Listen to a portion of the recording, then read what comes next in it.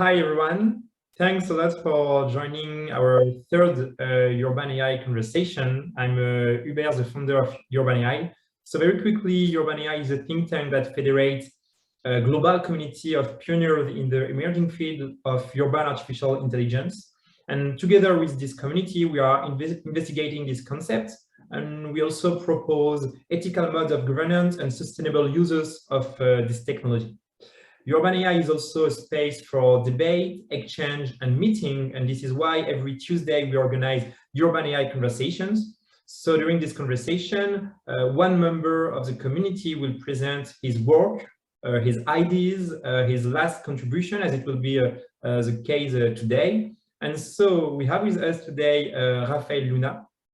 So Rafael, you're a professor at Hanyang University. You're also the co-founder of PRAUD, and of course, you're an advisor and contributor at Urban AI. Today, you are going to present us your contribution called Beyond the Third Space. This is really a fascinating one, already available on the chat if you haven't read it yet. And so we will have like a 20 minutes presentation from you, and then a 20 minutes, a little bit more time of conversation and Q&A session with all of you. So Rafael, the floor is yours. Okay, thank you. Thank you so much. And again, I just want to start by thanking you for allowing me to contribute to Urban AI, which is a highly interesting and exciting work and group of people that you're putting together. So just a brief introduction beyond what Hubert mentioned. I am a professor of architecture at Hanyang University and an architect, co-founder of the firm PRAUD. And my interest in this Urban AI group that Hubert has formed is pretty much blockchain in urbanism and the process of decentralization and distributed technologies within the fourth industrial revolution. And I look at it always from the point of view of architecture because that's my profession.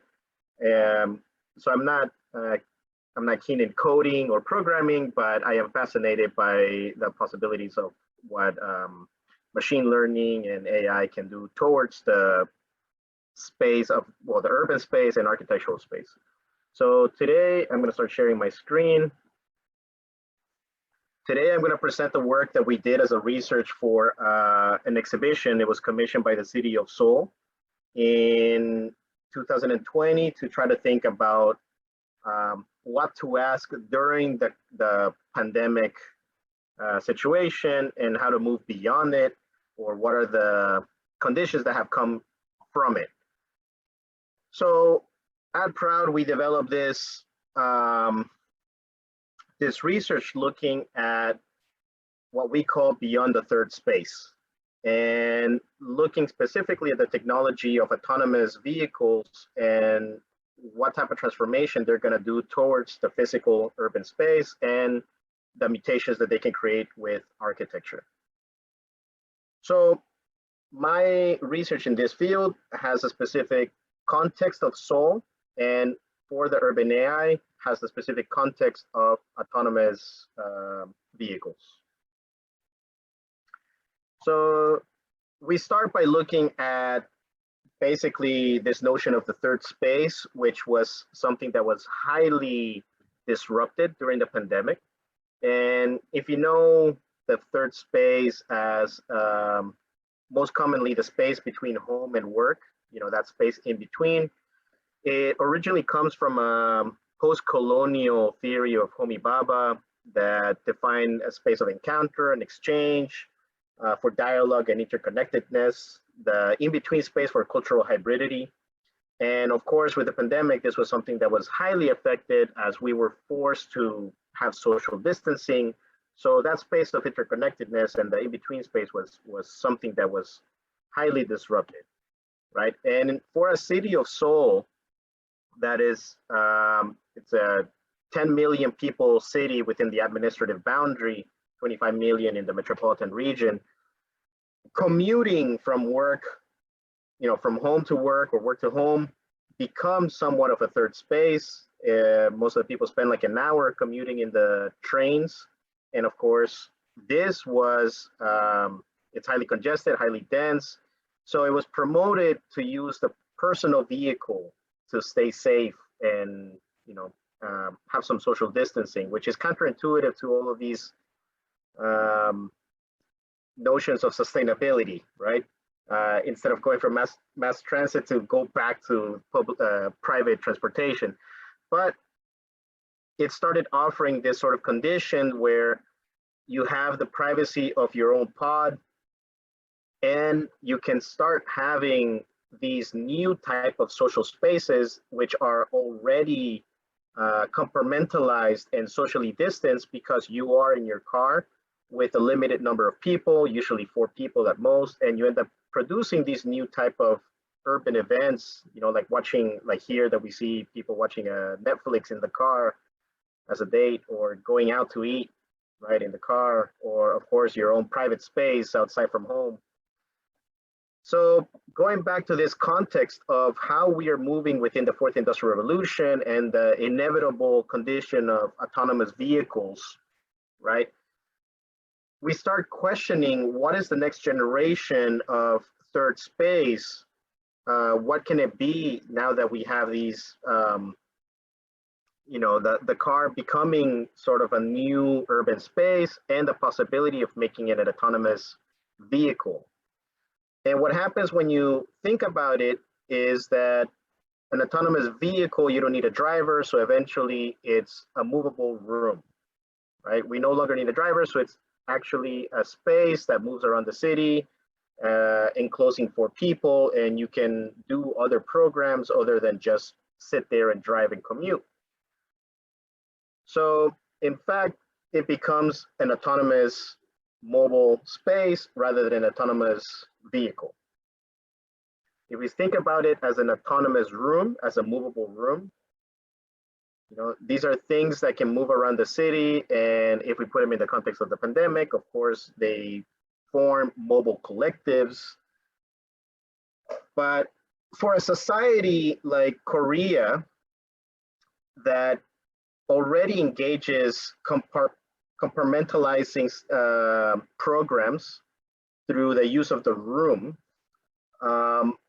this is going to be highly interesting, right? So in Seoul, we have these sort of conditions as the PC bang, multi bang, norae bang, jimjil bang, which are urban rooms that come out of the pressure of density, because apartments become so tiny, so dense, that the market responds by providing these extra urban rooms where people from all ages go and have their third space in a compartmentalized condition, right? So they have game rooms and PC rooms and karaoke rooms. So there's already an idea of a society based on rooms. And it's also a society that is highly mobile. We have all these programs that are already movable, deliverable, such as markets, clinics, street food, pop-ups, right? So there's all these programs that are already movable in a society that already engages compartmentalization, right? So if we think about them in the context of the autonomous vehicle, and the autonomous vehicle becoming autonomous rooms, we can start thinking about reprogramming these rooms as urban rooms, right? There's already companies like IDEO and Bosch that are exploring the autonomous room as the future workplace, where the third space is completely lost and you no longer have a space between work and home. Now it's this movable room that lets you keep on working more, right? So it's actually an extension of the office or an extension of the home, or vice versa, right? But it becomes a piece of architecture that moves from your home to the work, or from work home, as an extension of one or the other, right? So we see this as an inevitable evolution in the association between vehicles and architecture, or mobility and architecture, right? There's a There's a evolution that has happened since the inception of the vehicle, right? Where we started with the vehicle being placed outside of the home, and then with the invention of the garage, introducing the vehicle as another member of the house, let's say, and new typologies that started emerging in order to accommodate the vehicle within the home, like the famous Villa Savoie, where Le Corbusier raised the house in order to have the car between the ground and the architecture, right? So the pilotis, which still exist today. And of course, as construction technology advanced, we were able to put cars under the buildings or above the buildings, or the building itself would become a car, like an RV, for example. And we started seeing evolutions of different car-oriented typologies, right? So skyscrapers that engage the garage as a vertical condition, or like the Lingotto factory in Turin, or the Helicoide in Caracas, that engage the typology of a vehicular architecture, right? Or even more common today in highly dense cities like Hong Kong and Singapore, that you have the elevator bring you all the way to your apartment, and the car becomes part of your living room in a skyscraper, right?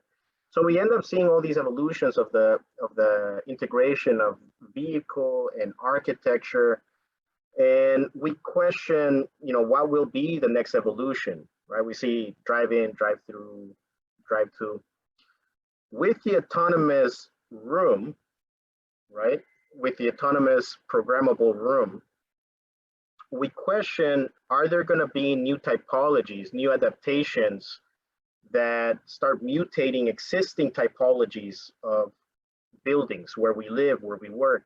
Are they going to be just as we have them now? Are they going to engage the in-between spaces, rooftops, storefronts, spaces under pilotis? Are they going to be accessories, right? Or are they going to completely break the notion of a traditional room in a building, since rooms are going to be movable now? Okay.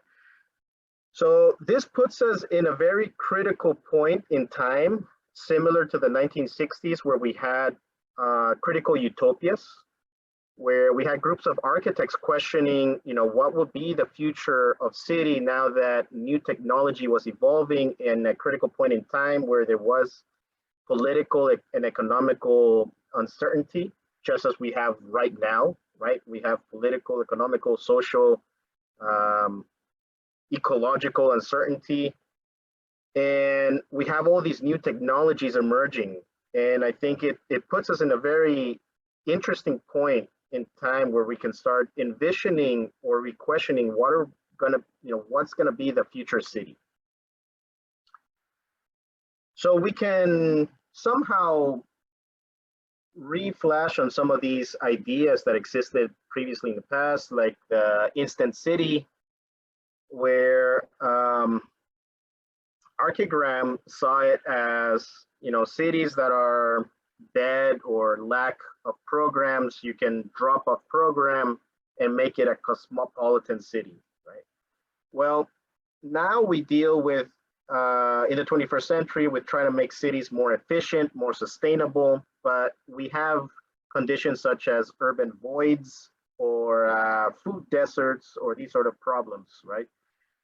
So with movable rooms, we can tackle all of these issues and produce instant programming to areas that need services and amenities, right? If there's a food desert, we can program instant markets and send rooms with market programming to these neighborhoods and produce instant markets, for example, or instant education or instant entertainment, and transform neighborhoods that were perhaps lacking or underserved into more vibrant neighborhoods. Especially within the idea of the 15-minute city, right? We can bring program to the place rather than wait on the private market to develop some type of hybridity or mixing in the neighborhood. We can think of concepts like the vending city as well, where we have distributed services or distributed collectives, for example, shared kitchens, right? We could get rid of restaurants as individual categories and have shared kitchens, and then they send the items almost as a vending machine, right? So you can select from a variety of restaurants, but they all share one kitchen. In that same fashion, we can think of other industries that can start sharing amenities and distributing their goods and services in a more collective manner.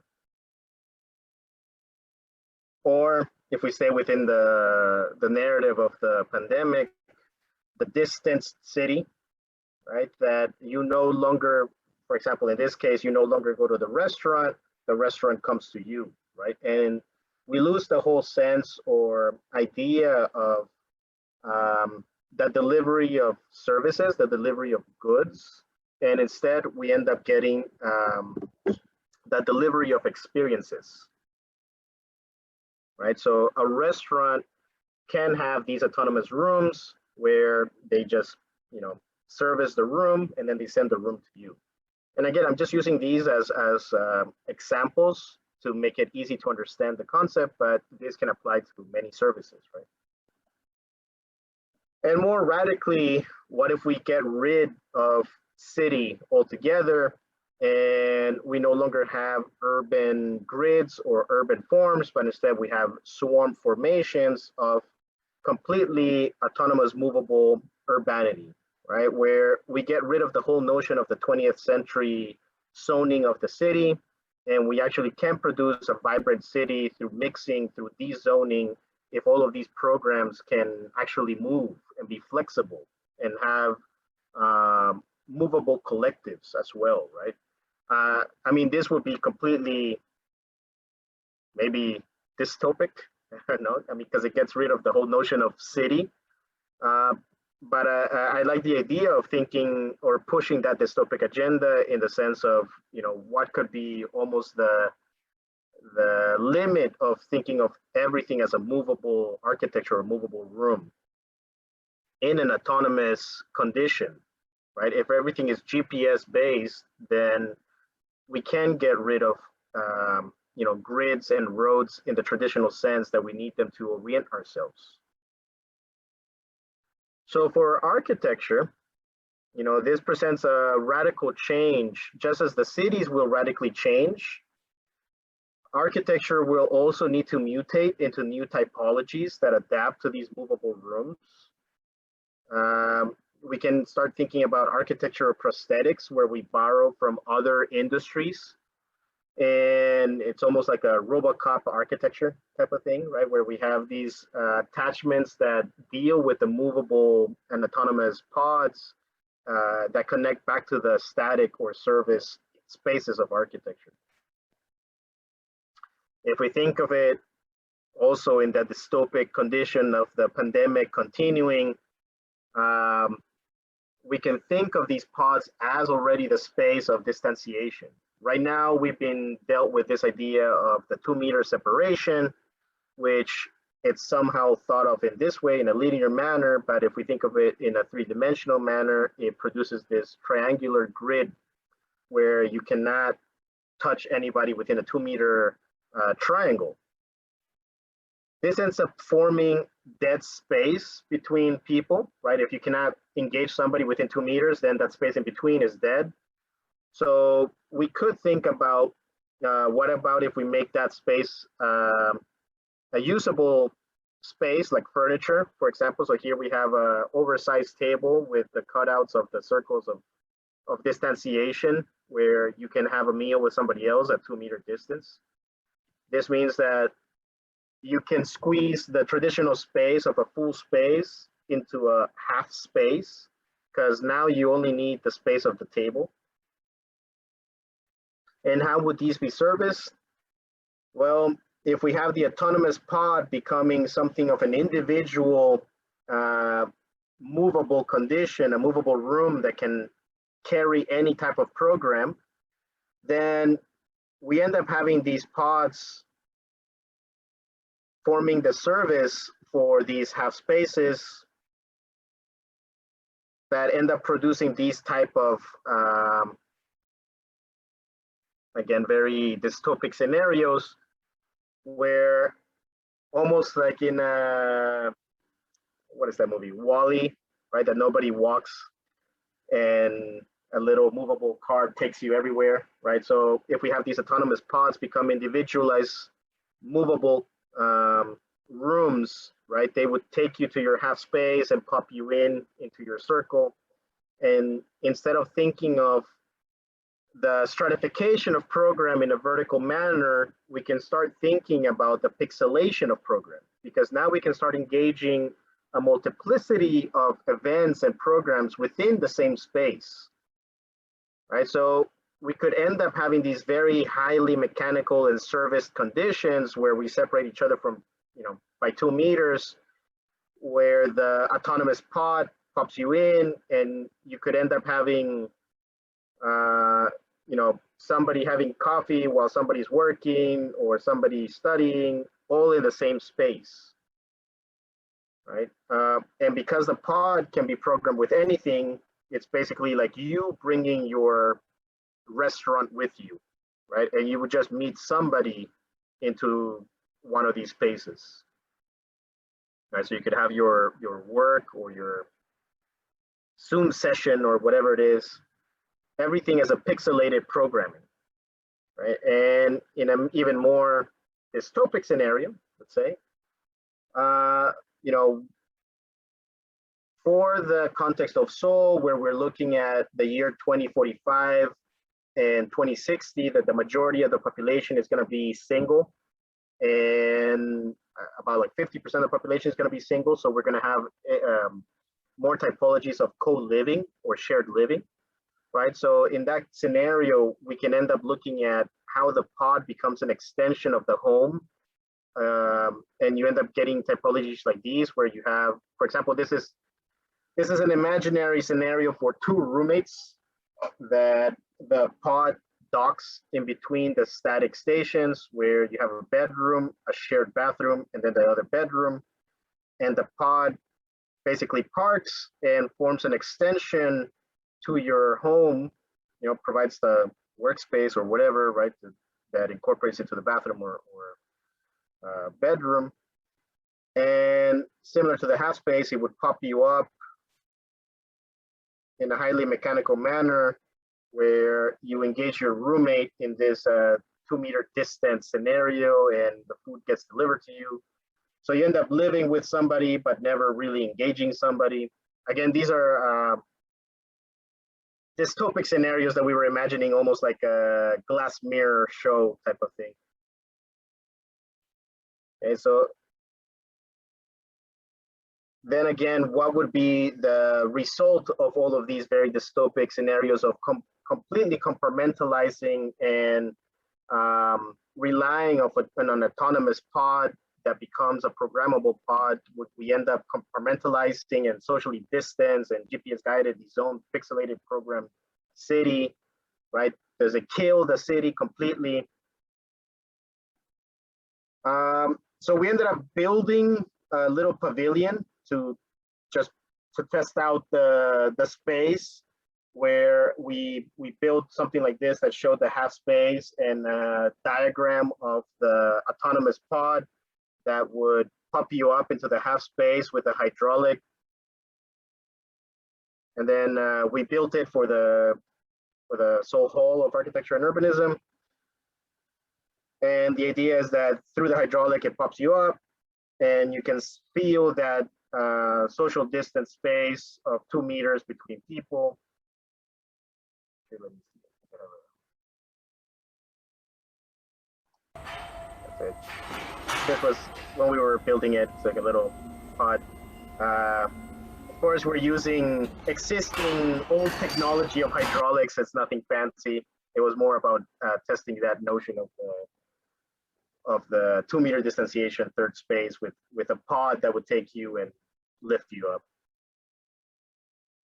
Okay, and that's about it. That would be the 20 minutes.